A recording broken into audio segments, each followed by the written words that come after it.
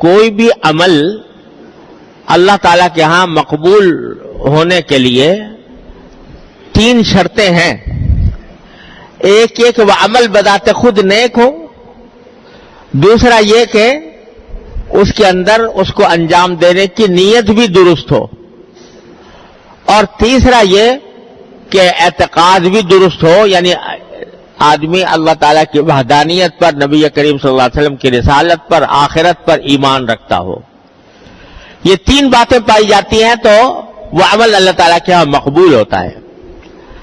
اور اگر ان میں سے ایک بھی بات نہ ہو، یا تو عمل ہی نیک نہیں، یا عمل نیک ہے مگر نیت صحیح نہیں، یا دونوں باتیں ہیں لیکن اعتقاد صحیح نہیں، یعنی ایمان نہیں، تو پھر وہ عمل اللہ تعالیٰ کے ہاں مقبول نہیں ہوتا.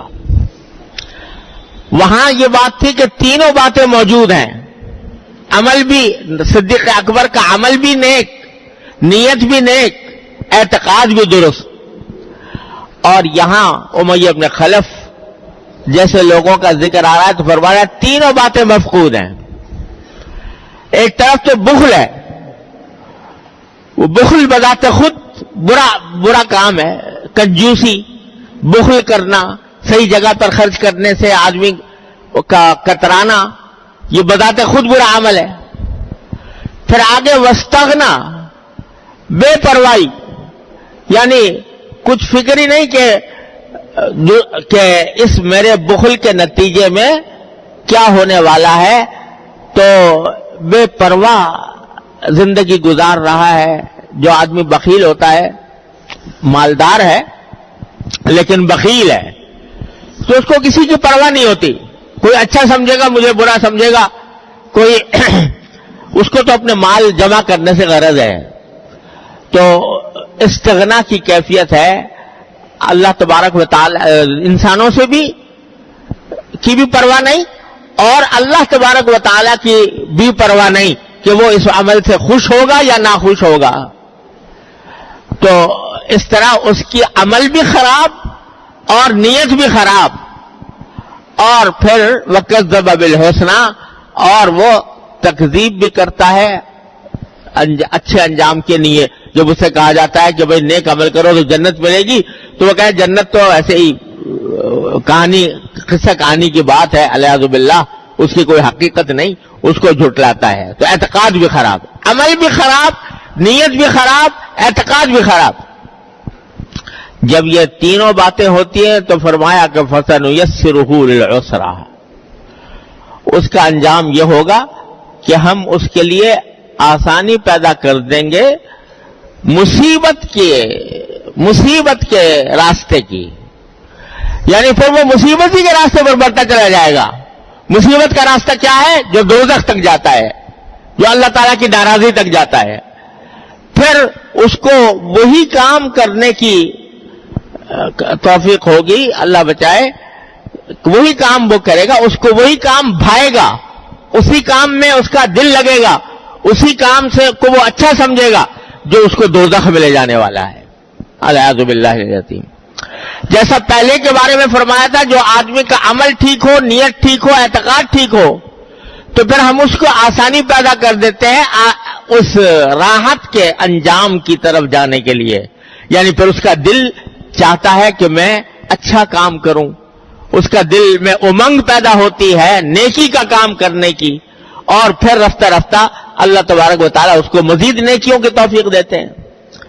تو ایک نیکی دوسری نیکی کو کھینچتی ہے، دوسری تیسری کو کھینچتی ہے، اور اس طرح پھر رفتہ رفتہ اس کا وہ راستہ جو جنت کی طرف جانے والا ہے وہ اس کے لیے آسان ہو جاتا ہے. اور اس کے برعکس جس آدمی کا عمل خراب ہو، نیت خراب ہو، اعتقاد خراب ہو، تو اس کو پھر برے کام ہی اچھے لگنے لگتے ہیں.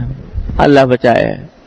وہی اس کے لیے، اسی میں اس کو لطف آتا ہے، اسی کا اس کو شوق ہوتا ہے، اسی کی دل میں امنگ پیدا ہوتی ہے، وہی کام کرنے کے وہ اسباب تلاش کرتا ہے.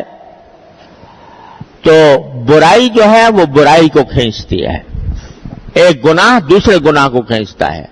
یعنی جب ایک مرتبہ ایک آدمی کو کسی گناہ پر جرأت ہو گئی تو اس گناہ پر جرأت ہونے کے نتیجے میں اس کو مزید گناہ کی طرف رغبت پیدا ہوتی ہے. اسی لیے